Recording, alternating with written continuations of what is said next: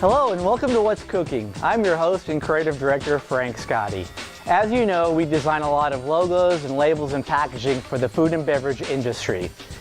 And trademark protection is a very important part of the process. So this week, we went to an expert in the field. We talked with June McIvor, attorney with SJL&M Law.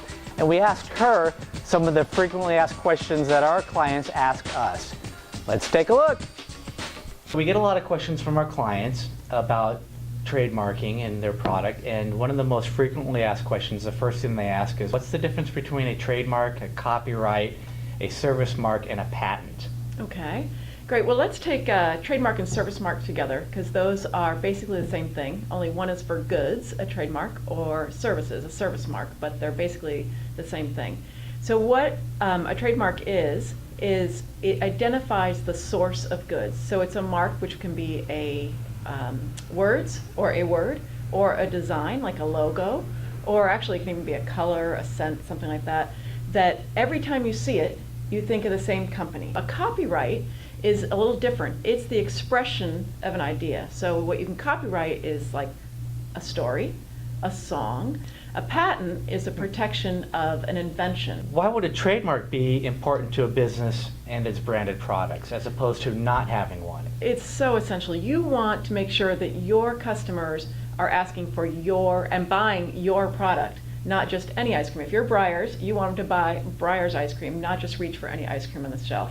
So it's very important that people be able to distinguish between all those types of ice cream and make that decision that I'm going to go for this brand, I'm going to go for this particular company because I know their reputation and I want that company's ice cream. Tell us a bit about the process. I know it could be very lengthy, but summarize the process involved in applying for a trademark. So before we get to the actual application process, what's most important is that you research and find out whether the name that you've chosen for your business or your product is actually available. You need to make sure that no one else is already using that name. You want to make sure you're not infringing them.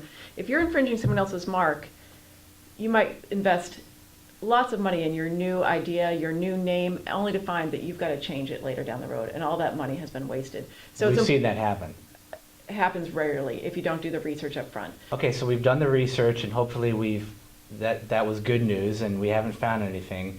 Are we done? Is that? No, now you start. You're going to file an application for registration with the Patent and Trademark Office. So what that includes is a description of your mark, the goods or services that you're going to protect that for, that you're going to use it in connection with. The PTO gets your application in, they assign it to an examining attorney at the PTO, and then they will take a look at that application and see if it meets the legal requirements. Meanwhile, you're waiting.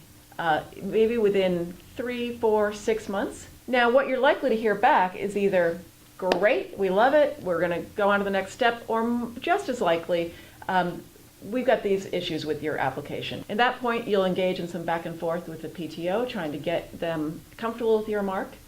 Once you've reached that point, then if you've registered for this to show that you're actually already using this in commerce, they'll publish it in the official Gazette. The point of that is that it's published for opposition, so it lets the whole world know that, hey, this company is going to apply for this mark. So if you think that's a problem for you, here's your chance to oppose it. Well, let's say I got my trademark now. What would be my next step as a business owner? Okay, there's 2 things that you need to do continually. One is you do need to use it in interstate commerce on a regular basis. The other obligation you have is to police your mark, is actually to make sure that other people aren't infringing your mark. You want to be right on top of that, and the steps to take then are a cease and desist letter. Hey, this is my mark, you're using it, stop. Well, thanks, June McIvor, SJLMlaw.com. There's actually about 2 hours of that footage that we had to squeeze down into 2 minutes. My point is, it's a long and complicated process. If there's one thing you learned today, is that you need to hire an attorney to help you through the trademark registration process. I'm Frank Scotti. You've been watching What's Cooking. We'll see you next time. Ciao.